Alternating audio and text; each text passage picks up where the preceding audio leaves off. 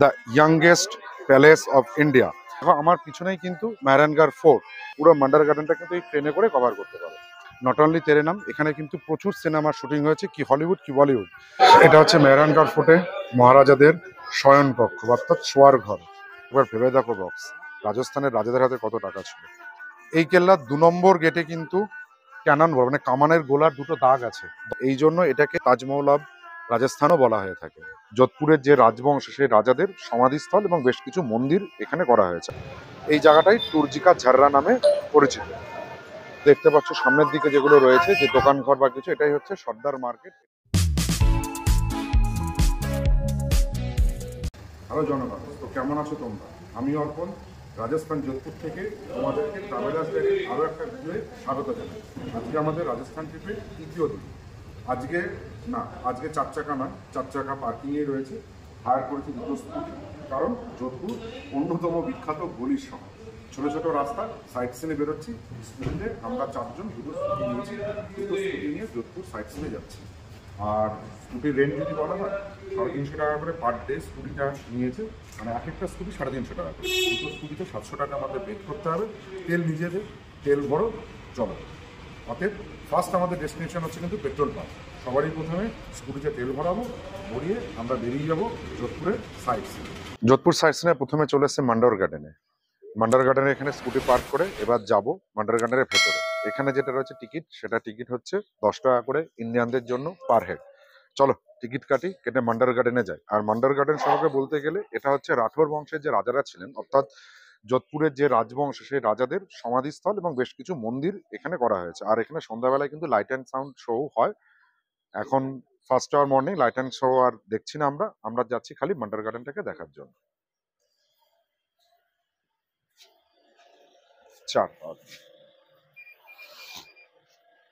ভেতরে ঢুকেই কিন্তু টিকিট কাউন্টার পড়বে। টিকিট কাউন্টারটা একটু ট্র্যাডিশনালি টিকিট কাউন্টার বা টিকিট খুব কিছু নেই, একজন কম্পিউটার প্রিন্টিং মেশিন নিয়েই আছেন, এখানেই টিকিট চেক হয়ে যাবে। এইরকম টিকিট আমরা 4 জন এসছি, পার হেড 10 টাকা করে, 40 টাকা দিয়ে টিকিট কাটা হয়েছে। টিকিট কেটে এবার ভেতরে যাব। এখানে যিনি আছেন টিকিটের সেই কাকা কিন্তু খুব ভালোভাবে একটা রুট ম্যাপ আমাদের বলে দিল যে কোথায় কোথায় কি কি যেতে হবে। সেই হিসেবে আমরা স্টার্ট করছি। প্রথমে সোজা যাচ্ছি, সোজা গিয়ে যেটা মান্ডার গার্ডেন যে কারণে বিখ্যাত বা মান্ডার গার্ডেন যে কারণে তৈরি করা যে উদ্দেশ্য, সেটা হচ্ছে যে এই রাঠোর বংশের রাজাদের আফটার ডেথ, মারা যাওয়ার পর যেখানে ক্রিমেশনের উপরেই তাদের স্মৃতির উদ্দেশ্যে বিভিন্ন রকমের স্মৃতিসৌধ করা হয়েছে। সেইটা হচ্ছে মেন মান্ডোর গার্ডেনের মেন পারপাস বা মেন ডোম, সেটার দিকে আমরা যাচ্ছি। তারপরে উপরে একটা ঝিল আছে, ঝিল দেখব। ঝিল দেখে আসার পরে আমরা অজিত ব্রিজ ক্রস করে চলে আসবো জানানা মহল। মানে জানানা শব্দ বোঝাই যাচ্ছে, যেখানে মহিলারা থাকতো সেই জানানা মহলকে এখন মিউজিয়ামে কনভার্ট করা হচ্ছে। সেই মিউজিয়ামটা দেখবো, দেখে বেরিয়ে যাব। আর মান্ডার গার্ডেনের টোটাল যেটা হচ্ছে, যদি বয়স বলা হয় তাহলে 900 বছরের পুরনো হচ্ছে এই মান্ডার গার্ডেন। আর চলো এবার টুকটুক করে এই 900 বছরের প্রাচীন মান্ডার গার্ডেনটা দেখে নিই। আর আরেকটা যেটা বলতে ভুলেছি, সেটা হচ্ছে মান্ডার গার্ডেনের এই স্মৃতিসৌধের উপরে যে ঝিলের পাশে যেখানে আছে সেখানে একটা মন্দির আছে আর পুরনো কেল্লা আছে। আর যেখানে জানানা টেম্পল, এই জানানা টেম্পলের সামনে ভৈরব মন্দির আছে, যেখানে 33 কোটি, কোটি মিনস করোড় নয়, 33 রকমের দেবদেবীর মন্দির, মানে তাদের উদ্দেশ্যে একটা মন্দিরও করা আছে, সেটাও দেখে নেবো। আর মান্ডার গার্ডেনের এন্ট্রি টাইমিং যদি বলতে বলা হয়, তাহলে এন্ট্রি টাইম কিন্তু সকাল 7টা থেকে সন্ধ্যা 7টা পর্যন্ত মান্ডার গার্ডেন ওপেন থাকছে। সপ্তাহে 7 দিনই খোলা থাকে। আমরা এখন মান্ডার গার্ডেনের মেন যে ডোম, সেই ডোমের দিকে যাচ্ছি। ডোমে চলে এসেছি। আর দু সাইডে যেগুলো দেখতে পাচ্ছ, যে সামনে বা দুই সাইডে যেগুলো রয়েছে, সেগুলো কিন্তু সমস্ত রাঠোর বংশের যে রাজ পরিবার, সেই রাজ পরিবারের বিভিন্ন মেম্বারদের স্মৃতির উদ্দেশ্যে বানানো হয়েছে। সেই ডোমের দিকেই যাচ্ছি। দেখো ফার্স্টেই যেটা রয়েছে, এটাকে বলা হচ্ছে ডেভালস। ডেভালসের এটা হচ্ছে মেন মহারাজা ধীরাজ অজিত সিং এর সমাধি ক্ষেত্র, যেটা মান্ডার গার্ডেনের ঢুকতেই ডান হাতে। অ্যাকচুয়ালি মান্ডার গার্ডেনের 2টো এন্ট্রি গেট আছে, গেট 1 অ্যান্ড গেট 2। আমরা গেট 2 দিয়ে ঢুকেছি। 2 নম্বর গেট দিয়ে সোজা হেঁটে এসেই ফার্স্টেই ডান হাতে যেটা পড়বে সেটাই হচ্ছে মহারাজা অজিত সিং এর সমাধিস্থল বা সমাধি ক্ষেত্র। বিভিন্ন রাজ পরিবারের সমাধি ক্ষেত্র ডান দিক বাঁ দিক দিয়েই আছে। মহারাজা ধীরাজ অজিত সিং এর সমাধি ক্ষেত্রের বাঁ দিকেই, মানে রাস্তা ধরে এগুলো বাঁ দিকে যেটা রয়েছে সেটা হচ্ছে মহারাজা যশবন্ত সিং এর সমাধি ক্ষেত্র। আর এগুলোর ভেতরে ভেতরে ঢোকা যায়, ভেতরে ঢুকতে গেলে জুতো রিমুভ করে তারপর যেতে হবে। তবে বেশ কিছু জায়গায় আছে আমরা জুতো খুলছি না বা ভেতরে ঢুকছি না। মান্ডার গার্ডেনের ভেতরে যে টোটাল যে এরিয়া আছে সেই এরিয়া কভার করতে গেলে 2 থেকে 3 ঘন্টা আরামসে এখানে কেটে যায়। চাইলে পুরো একটা দিনও এখানটাতে কাটিয়ে দেওয়া যায়, তোমাদের ফ্যামিলি মেম্বার বা সবারই সঙ্গে কাটানো যেতে পারে, কোনো অসুবিধা নেই। হ্যাঁ, আর একটা কথা, এখানে যেটা লেখা আছে যে লেজার শো এর টাইমিংটা হচ্ছে সন্ধ্যা 7টা থেকে 8টা পর্যন্ত। তার মধ্যে 7টা থেকে 7:30 হিন্দিতে এখানে ডেসক্রাইব করা হয় এই হিস্ট্রি, এই জায়গার কোনটা কার সমাধি সেগুলো। আবার 7:30 থেকে 8টায় কিন্তু হচ্ছে টোটাল, সেটা হচ্ছে ইংলিশে করা হয়। এবার যেটা তোমাদের পছন্দ হবে সেই ল্যাঙ্গুয়েজটা তোমরা চুজ করে নেবে। এর জন্য এন্ট্রি ফি আলাদা হবে। লাইট অ্যান্ড শো বা লেজার শো এর টিকিটের দাম হচ্ছে 20 টাকা। মোট 30 টাকা এখানে লাগে হচ্ছে এন্ট্রি ফি আর লেজার শো দেখার জন্য। আর মান্ডার গার্ডেনের ভেতরে যে মিউজিয়াম আছে সেই মিউজিয়ামে ঢুকতে গেলে টিকিট এরকম দেখতে হয়, 20 টাকা করে ইন্ডিয়ানদের জন্য এই টিকিট। টিকিট কেটে নিয়েছি, এবার যাব মান্ডার গার্ডেনের মিউজিয়াম দেখতে। এটা কিন্তু স্টেট মিউজিয়াম অফ মান্ডোরও বলা হয়। স্টেট মিউজিয়াম অফ মান্ডোরে প্রথমে যেটা ঢোকায়, মানে এন্ট্রি গেট দিয়ে ঢুকে বাঁদিকে চলে আসতো, বাঁদিকে আসলেই প্রথমে নাগগঙ্গা বলে একটা প্লেস বা একটা কুণ্ড পড়বে। সেই নাগগঙ্গার পাশ দিয়ে সিঁড়ি দিয়ে উঠে এসে যেটা পড়ছে সেটা হচ্ছে স্কাল্পচার গ্যালারি। স্কাল্পচার গ্যালারি, এখানে বেশ কিছু প্রাচীন মূর্তির ধ্বংসাবশেষ বা প্রিজার্ভ বা ধ্বংসপ্রাপ্ত মূর্তি এগুলোর প্রিজার্ভ করে রাখা আছে। স্কাল্পচার গ্যালারির উল্টো দিকে হচ্ছে ইনস্ক্রিপশন গ্যালারি। ইনস্ক্রিপশন গ্যালারি মানে হচ্ছে বিভিন্ন রকম ভাবে যে লিপি বা বিভিন্ন ভাষাতে তখনকার দিনে যে মারওয়ার সাম্রাজ্যকে বিভিন্ন অভ্যর্থনা বা অভিনন্দন বার্তা জানাতো সেগুলো এখানে রাখা আছে। স্কাল্পচার গ্যালারি, ইনস্ক্রিপশন গ্যালারি এই দুটো দেখার পরে চলে আসলাম হচ্ছে জানানা মহল, অর্থাৎ দ্য প্লেস বা যেখানে রানী মহারানীরা থাকতেন সেই জানানা মহলে আমরা এখন চলে এসেছি। মান্ডার গার্ডেনের যে স্টেট মিউজিয়াম অফ মান্ডোর সেইটা দেখার পরে তার পাশ থেকেই একটা রাস্তা আছে, সিঁড়ি দিয়ে উঠে চলে আসলে উপর যেটা সেটা হচ্ছে মারওয়ারের পুরনো কেল্লার কিছুটা ধ্বংসাবশেষ বা অবশিষ্ট অংশ আছে, সেটা দেখার জন্য তোমরা চলে এসো। রাজস্থান মানে রাজাদের land, the land of king, রাজাদের জায়গা। আর রাজা মানেই সেখানে হচ্ছে কেল্লা, দুর্গ আর রাজপ্রাসাদ। সেরকমই মারোয়ার বা মান্ডোরের উপরে পুরনো কেল্লার কিছুটা ধ্বংসাবশেষ আমার পিছন দিকে দেখতে পাচ্ছ। এটা হচ্ছে সেই গার্ডওয়াল বা সেইখান দিয়ে হেঁটে আসার রাস্তা। এই রাস্তা দিয়ে এই উপরটাতে লাস্ট যেটুকু পুরনো কেল্লা ধ্বংসাবশেষ সেটা এখানে যেতে হয়। আর পাখির চোখে পুরো যে মান্ডার গার্ডেন বা মান্ডোর সেটাকে দেখা যাচ্ছে। দেখো এই প্রথমে দেখা যাচ্ছে জানানা মহল, যেটাকে মিউজিয়ামে কনভার্ট করা হয়েছে। আর একদম দূরে উঁচু যেটা দেখতে পাচ্ছ সেটা কিন্তু হচ্ছে রাজা মহাধিরাজ অজিত সিং এর সমাধি ক্ষেত্র, তার পাশের সমাধি ক্ষেত্রটা রয়েছে। আর দেন এখানে এই দেবী মাতার মন্দির আর টেম্পল অফ ইন্ডিয়া যেটা বলা হচ্ছে নতুন তৈরি করা আছে। পুরো মান্ডারের যে সমস্ত জায়গাগুলো আছে মান্ডার গার্ডেনের, সেই সমস্ত কিছু কিন্তু এই জায়গা থেকে দাঁড়িয়ে এক ঝলকে দেখতে অপূর্ব লাগবে।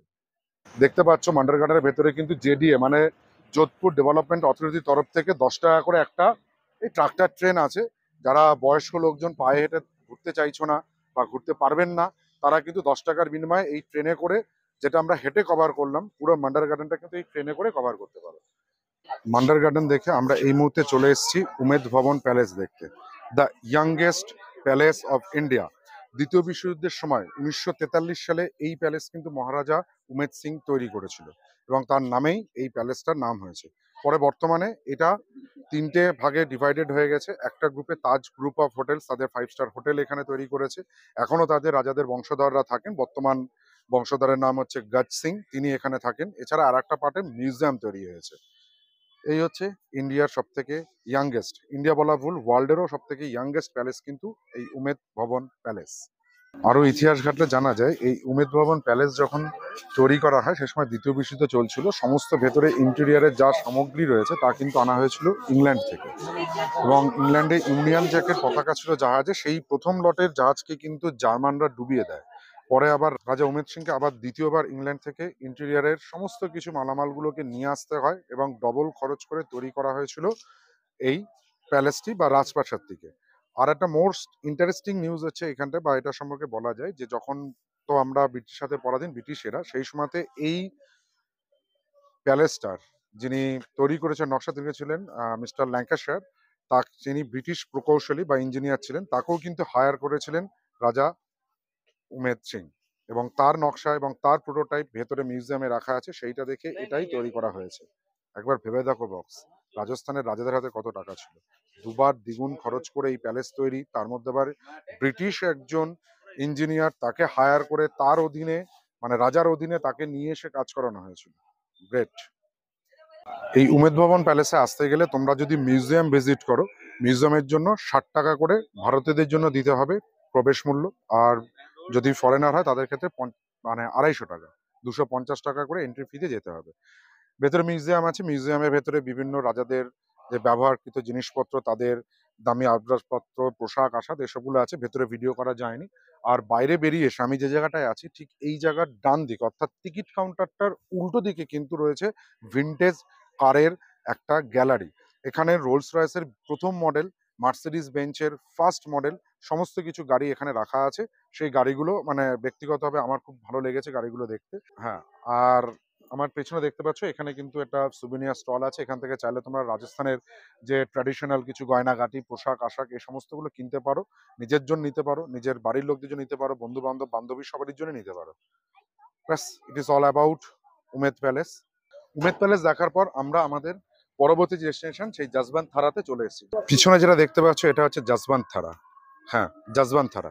জসবন্ত থারা কিন্তু হচ্ছে অ্যাকচুয়ালি মহারাজা যশবন্ত সিং এর স্মৃতিসৌধ। তার স্মৃতির উদ্দেশ্যে তার পুত্র মহারাজা সমর সিং 1899 সালে মার্কানা মার্বেল দিয়ে এই স্মৃতিসৌধটা তৈরি করে। এই স্মৃতিসৌধটা দেখতে কিন্তু অনেকটা তাজমহলের মতন লাগে, এই জন্য এটাকে তাজমহল অফ যোধপুর বা তাজমহল অফ রাজস্থানও বলা হয়ে থাকে। আর ঢুকতে গেলেই প্রথমে যেটা করছে সেখানে টিকিট কাউন্টার আছে। টিকিট কাউন্টার থেকে যদি তোমরা ভারতীয় হয়ে থাকো, অবভিয়াসলি আমরা সবাই ভারতীয়, তাহলে আমাদের 30 টাকা পার মাথা পিছু দিয়ে আসতে হবে। টিকিট কেটে ভেতরে ঢোকার পরেই বাঁ হাতে যেটা পড়বে সেখানে একটা ঝিল মতন বা লেক মতন পড়বে, যে লেকে প্রচুর মাছ আছে, বেশ কিছুটা সময় এখানটাতে দাঁড়ানো যায়। জসবন্ত থারা এক কথায় বলতে গেলে খুব সুন্দর, পাহাড়ের উপরে। এটা কিন্তু মানে একেবারে যেটা মেহরানগড় ফোর্ট, সেই মেহরানগড় ফোর্টের রাস্তাতেই পড়ছে জসবন্ত থারা। জসবন্ত থারাটা তোমরা কিন্তু অবশ্যই দেখতে এসো, মিস করো না, খুব সুন্দর। একেবারে মাকানা মার্বেল বা সাদা মার্বেলে তৈরি হচ্ছে এই জসবন্ত থারা। জসবন্ত থারাতে আসার সাথেই কিন্তু লোকাল রাজস্থানের যে লোকাল যে মিউজিক বা যেটাকে পাক্তান মিউজিক বলা হয়ে থাকে, সেই পাক্তান মিউজিকে বা সেই বাজনা একটা আলাদা রোমান্টিসিজম বা একটা শিহরণের তৈরি করেছে। বেশ ভালো পরিবেশটা।